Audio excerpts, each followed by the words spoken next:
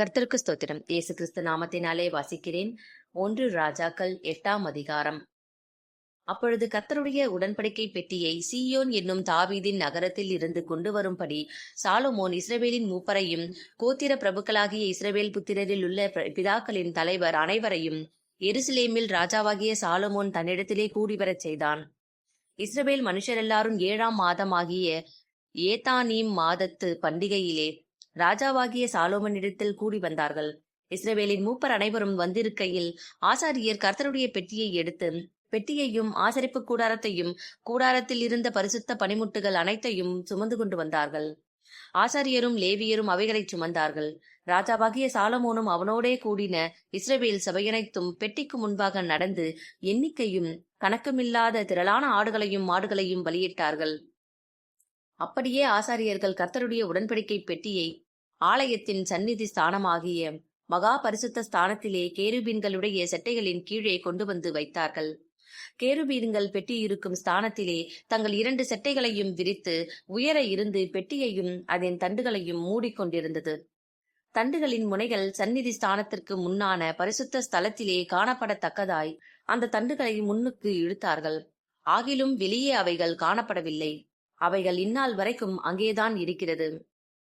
இஸ்ரவேல் புத்திரர் எகிப்து தேசத்தில் இருந்து புறப்பட்ட பின் கர்த்தர் அவர்களோடே உடன்படிக்கை பண்ணுகிற போது மோசே ஓரேபிலே அந்த பெட்டியிலே வைத்த 2 கற்பலகைகளே அல்லாமல் அதிலே வேறொன்றும் இருந்ததில்லை. அப்பொழுது ஆசாரியர்கள் பரிசுத்த ஸ்தலத்தில் இருந்து புறப்படுகையில் மேகமானது கர்த்தருடைய ஆலயத்தை நிரப்பிற்று. மேகத்தின் நிமித்தம் ஆசாரியர்கள் ஊழியம் செய்கிறதற்கு நிற்கக்கூடாமற் போயிற்று. கர்த்தருடைய மகிமை கர்த்தருடைய ஆலயத்தை நிரப்பிற்று. அப்பொழுது சாலமோன் காரிருளிலே வாசம் பண்ணுவேன் என்று கர்த்தர் சொன்னார் என்றும், தேவரீர் வாசம் பண்ணத்தக்க வீடும் நீர் என்றைக்கும் தங்கத்தக்க நிலையான ஸ்தானமும் ஆகிய ஆலயத்தை உமக்கு கட்டினேன் என்றும் சொல்லி ராஜா முகம் திரும்பி இஸ்ரவேல் சபையை எல்லாம் ஆசீர்வதித்தான். இஸ்ரவேல் சபையார் எல்லாரும் நின்றார்கள். அவன் சொன்னது, இஸ்ரவேலின் தேவனாகிய கர்த்தருக்கு ஸ்தோத்திரம். அவர் என் தகப்பனாகிய தாவீதுக்கு தம்முடைய வாக்கினால் சொன்னதை தம்முடைய கரத்தினால் நிறைவேற்றினார். அவர் நான் என் ஜனமாகிய இஸ்ரவேலை எகிப்திலிருந்து புறப்பட பண்ணின நாள் முதற்கொண்டு என் நாமம் விளங்கும்படி ஒரு ஆலயத்தை கட்ட வேண்டும் என்று நான் இஸ்ரவேலுடைய எல்லா கோத்திரங்களிலும் உள்ள ஒரு பட்டணத்தையும் தெரிந்து கொள்ளாமல் என் ஜனமாகிய இஸ்ரவேலின் மேல் அதிகாரியாய் இருக்கும்படி தாவீதையே தெரிந்து கொண்டேன் என்றார்.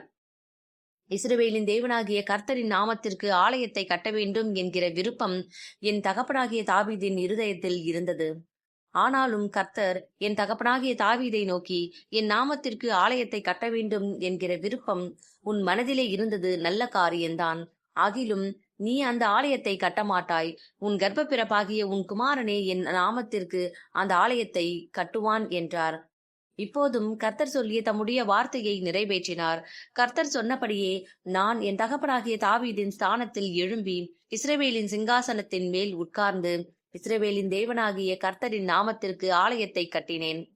கர்த்தர் நம்முடைய பிதாக்களை எகிப்து தேசத்தில் இருந்து புறப்பட பண்ணின போது அவர்களோடே பண்ணின உடன்படிக்கை இருக்கிற பெட்டிக்காக அதிலே ஒரு ஸ்தானத்தை உண்டாக்கினேன் என்றான். பின்பு சாலமோன் கர்த்தருடைய பலிபீடத்திற்கு முன்னே இஸ்ரவேல் சபையார் எல்லாருக்கும் எதிராக நின்று வானத்திற்கு நேராய் தன் கைகளை விரித்து, இஸ்ரவேலின் தேவனாகிய கர்த்தாவே, மேலே வானத்திலும் கீழே பூமியிலும் உமக்கு ஒப்பான தேவன் இல்லை. தங்கள் முழு இருதயத்தோடும் உமக்கு முன்பாக நடக்கிற உமது அடியாருக்கு உடன்படிக்கையையும் கிருபையையும் காத்து வருகிறேன். தேவரீர் என் தகப்பனாகிய தாவீது என்னும் உம்முடைய தாசனுக்கு செய்த வாக்கு தத்தத்தை காத்தருளினீர். அதை உம்முடைய வாக்கினால் சொன்னீர். இந்நாளில் இருக்கிறபடி உம்முடைய கரத்தினால் அதை நிறைவேற்றினீர். இஸ்ரவேலின் தேவனாகிய கர்த்தாவே, தேவரீர் என் தகப்பனாகிய தாவீது என்னும் உம்முடைய தாசனை நோக்கி, நீ எனக்கு முன்பாக நடந்தது போல உன் குமாரரும் எனக்கு முன்பாக நடக்கும்படி தங்கள் வழியை காப்பார்களேயானால் இஸ்ரவேலின் சிங்காசனத்தின் மேல் வீற்றிருக்கும் புருஷன் எனக்கு முன்பாக உனக்கு இல்லாமற் போவதில்லை என்று சொன்னதை இப்பொழுது அவனுக்கு நிறைவேற்றும். இஸ்ரவேலின் தேவனே, என் தகப்பனாகிய தாவீது என்னும் உம்முடைய தாசனுக்கு சொன்ன உம்முடைய வார்த்தை மெய்யென்று விளங்குவதாக. தேவன் மெய்யாக பூமியிலே வாசம் பண்ணுவாரோ? இதோ வானங்களும் வானாதி வானங்களும் உம்மை கொல்லாதே. நான் கட்டின இந்த ஆலயம் எம்மாத்திரம்? என் தேவனாகிய கர்த்தாவே, உமது அடியேன் இன்று உமது சந்நிதியில் செய்கிற விண்ணப்பத்தையும் மன்றாட்டையும் கேட்டு உமது அடியேனுடைய விண்ணப்பத்தையும் வேண்டுதலையும் திருவுளத்தில் கொண்டருளும். உமது அடியேன் இவ்விடத்திலே செய்யும் விண்ணப்பத்தை கேட்கும்படி என்னுடைய நாமம் விளங்கும் என்று நீர் சொன்ன ஸ்தலமாகிய இந்த ஆலயத்தின் மேல் உம்முடைய கண்கள் இரவும் பகலும் திறந்திருப்பதாக.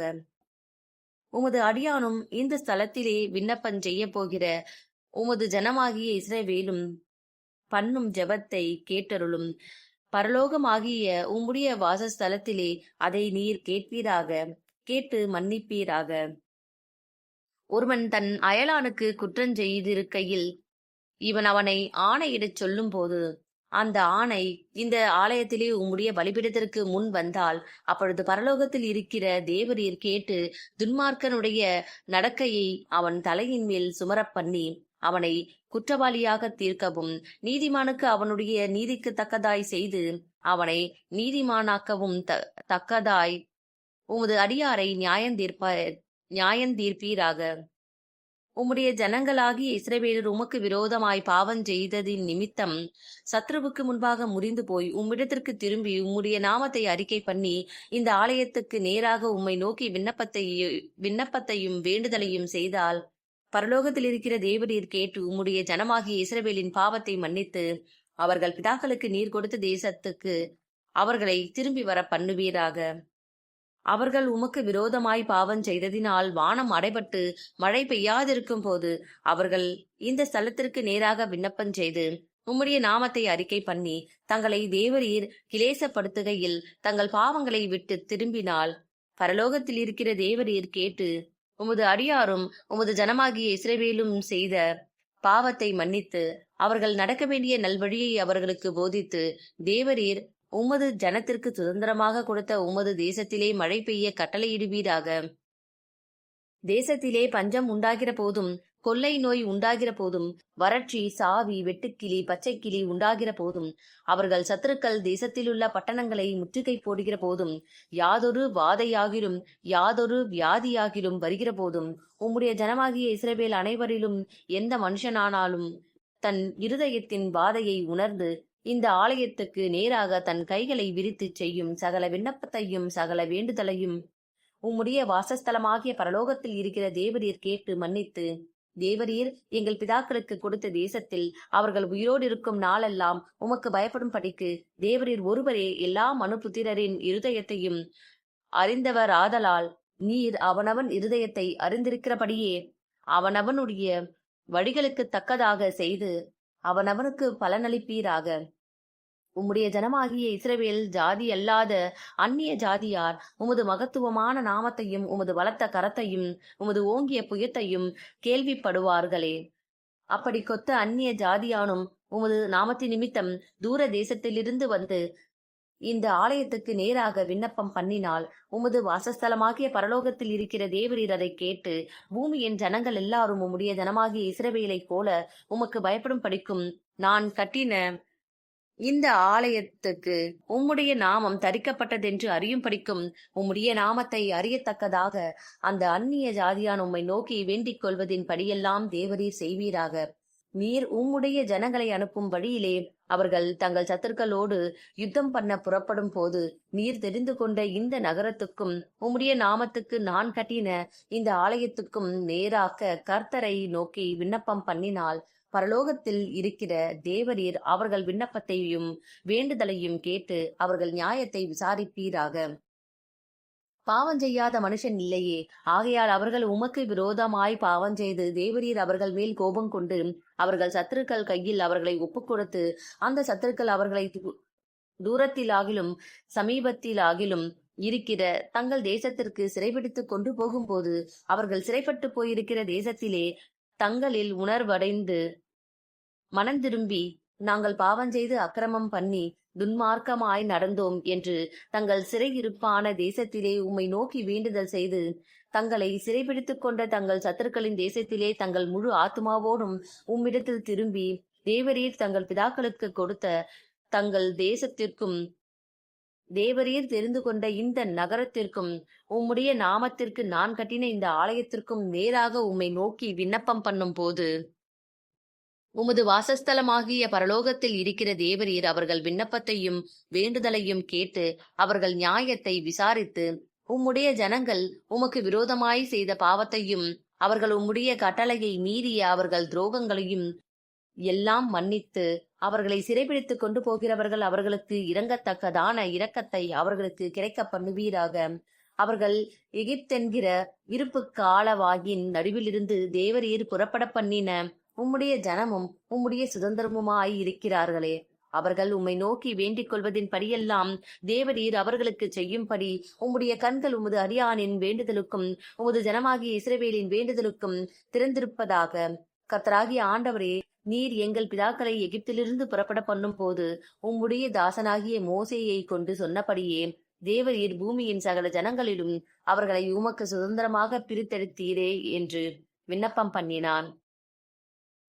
சாலமோன் கர்த்தரை நோக்கி இந்த ஜெபத்தையும் வேண்டுதலையும் எல்லாம் செய்து முடித்த பின்பு அவன் கர்த்தருடைய பலிபீடத்திற்கு முன்பாக தன் கைகளை வானத்திற்கு நேராக விரித்து முழங்கார் படியிட்டிருந்ததை விட்டு எழுந்து நின்று கொண்டு இஸ்ரவேல் சபையை எல்லாம் ஆசீர்வதித்து உரத்த சத்தத்தோடே சொன்னது, தாம் வாக்குத்தத்தம் பண்ணினபடியெல்லாம் தம்முடைய ஜனமாகிய இஸ்ரவேலுக்கு இளைப்பாறுதலை அருளின கர்த்தருக்கு ஸ்தோத்திரம்.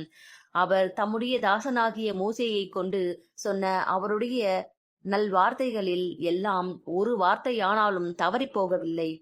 நம்முடைய தேவனாகிய கர்த்தர் நம்மை கைவிடாமலும் நம்மை நெகிழ விடாமலும் அவர் நம்முடைய பிதாக்களோடு இருந்தது போல நம்மோடும் இருந்து நாம் அவருடைய வழிகளில் எல்லாம் நடக்கிறதற்கும் அவர் நம்முடைய பிதாக்களுக்கு கட்டளையிட்ட அவருடைய கற்பனைகளையும் அவருடைய கட்டளைகளையும் அவருடைய நியாயங்களையும் கை கொள்ளுகிறதற்கும் நம்முடைய இருதயத்தை தம்மிடத்தில் சாய பண்ணுவாராக.